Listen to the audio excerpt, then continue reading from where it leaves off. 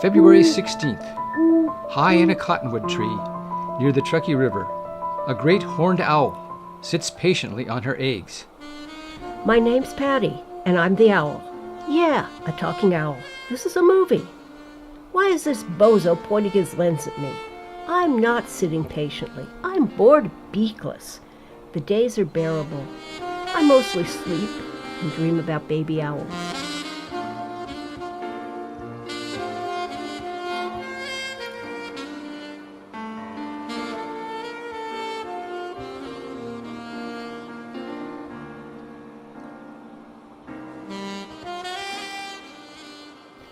The nights are torture. I should be hunting, swooping down on my prey, death from above. Instead, I'm trapped in this treetop. March 8th. The nest swings violently in wind gusting to 55 miles per hour. Will the owl be safe high in her exposed nest? Yeah, bozo, I'll be safe. What do you think owls do on windy days? Sit by the fire in snug cottages? Jeez. March 13th. The owl mother looks down at her eggs. Are they starting to hatch? Don't I wish? The sooner they hatch, the sooner I'm out of here. Let's see. I laid 3 eggs about 2 days apart. It takes 33 days for eggs to hatch. Oh, good grief. The last egg won't hatch for another 2 weeks. March 19th. It snowed last night and it's 20 degrees this morning. The owl's body heat alone shelters her eggs from freezing. The first egg hatched last night in a snowstorm. But I'm not worried. Great horned owls like me nest in the dead of winter as far north as the Arctic Circle. We can raise chicks in minus 20 degrees. This is almost a heat wave for me. It's raining this morning.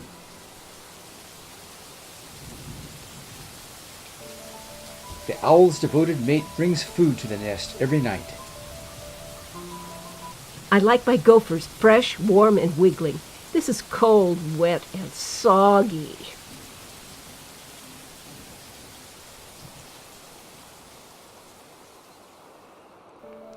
March 23.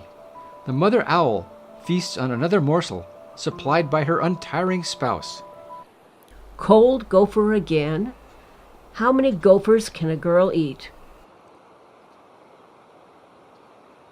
March 26th. Another day brings another feast for the patient mother owl. Gopher, gopher, gopher. I'm so sick of gopher. I threw the last one out of the nest. Then I got hungry and had to wait all day. Why can't he bring me a bunny, a duck, or somebody's cat? March 28th. Today a tiny head shows above the nest. It's quite possibly the ugliest bird I've ever seen. I hatch gorgeous owlets. Look at that beak, those eyes. I wonder if it's a boy or a girl. There's no way to tell. Owlets hatch blind, naked, and helpless. I have to feed them for a couple of weeks. Of course, it's gopher again. April 2nd. Another head appears in the nest. My last egg hatched. I'll be out of this wretched prison in about a month.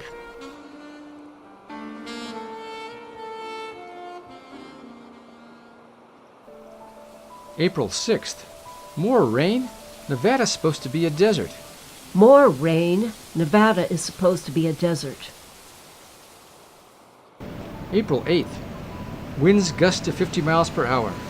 Will the babies be blown from the nest?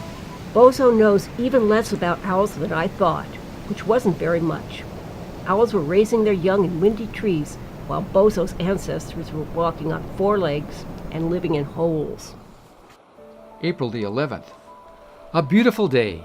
The owlets grow with remarkable speed.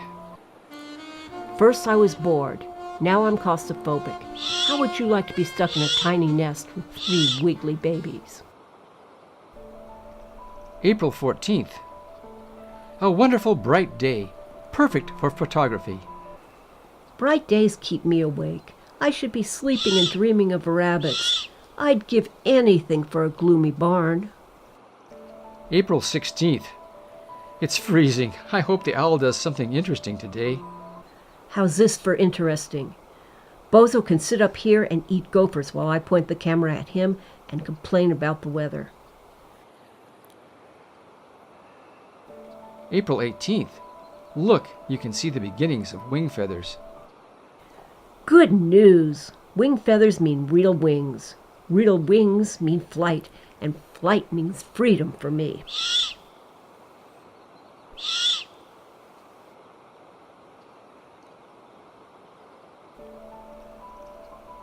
April 23rd. The babies spend most of their waking hours preening. I remember my first nest. I was so proud of my chicks. I preened them myself for hours. That was 7 years ago. Since then, I've spent nearly a third of my life stuck in a nest. Let them groom themselves.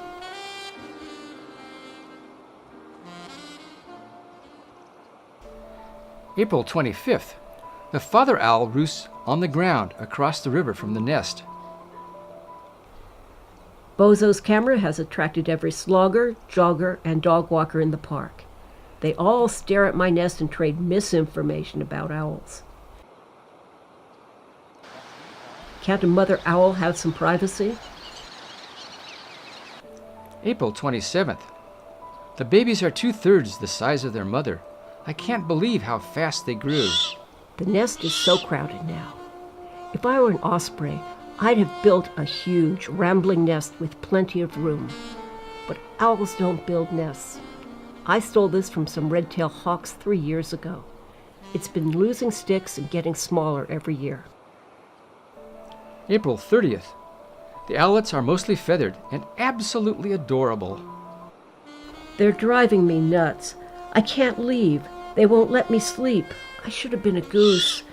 Their babies leave the nest as soon as they hatch. May 3rd. The mother's preening her owlets. My oldest left the nest this morning and I'm going next. This is a parting preen. I'm out of here in an hour or two. Then I'll sit in a tree on my own branch, sleep undisturbed, and catch a rabbit every night. May 5th. 2 babies sit alone in the nest. They look lonely. The mother roosts in a tree across the river with a clear view of the nest. May 7th. 1 baby is still in the nest and 1 is in the tree right above me. It was hard to find it in the leaves and even harder to get a clear shot. May 8th. Both owlets are in the tree above. They'll stay in these cottonwoods for about 4 weeks. Their parents will continue to feed them as they grow and strengthen their wing muscles. Then they'll join their parents in nightly hunts, learning to catch their own food. Hi, it's Patty again. Bozo's gone off to film butterflies, and I wanted to say goodbye. My devoted mate is sitting on the ground below. He's probably planning his next raid on the gophers. My children are playing nearby.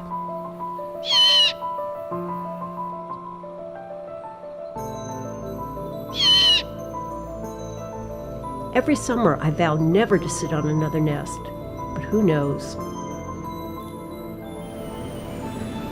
If you're in the park next winter, look up. You may see a great horned owl sitting impatiently in a tree.